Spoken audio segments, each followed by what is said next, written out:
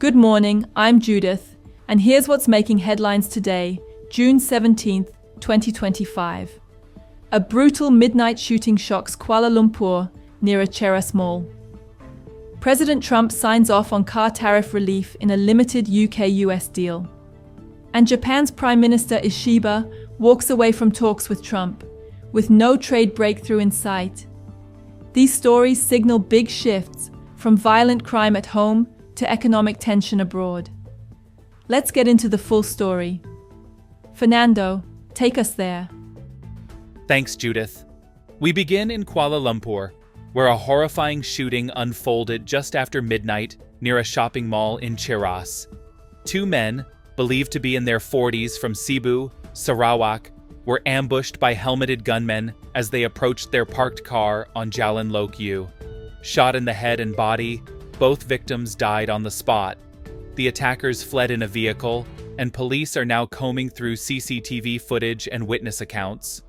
This comes days after another fatal shooting in Brickfields, raising alarm about rising urban gun violence. Over in Canada, President Trump has signed an executive order lowering tariffs on UK cars entering the US, cutting them from 25% to 10% for up to 100,000 vehicles.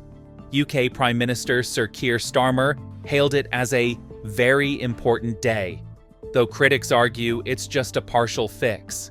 Steel tariffs remain in place, and the deal falls short of a full trade agreement, something Trump legally can't sign without Congress. Still, British car makers welcome the move, with many resuming shipments immediately.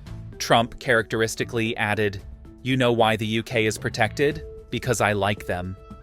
And in Asia, hopes for a major US-Japan trade deal were dashed.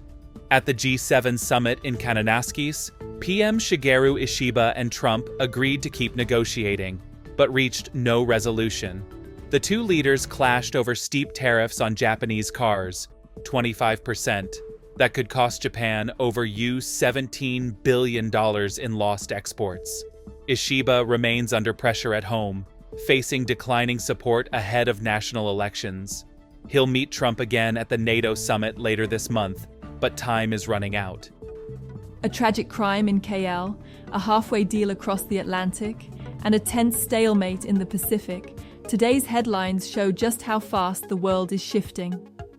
Thanks for watching. Follow AGN across all platforms and visit agn.alps-holdings.com to get the news straight to your inbox. Until next time, stay informed with AGN.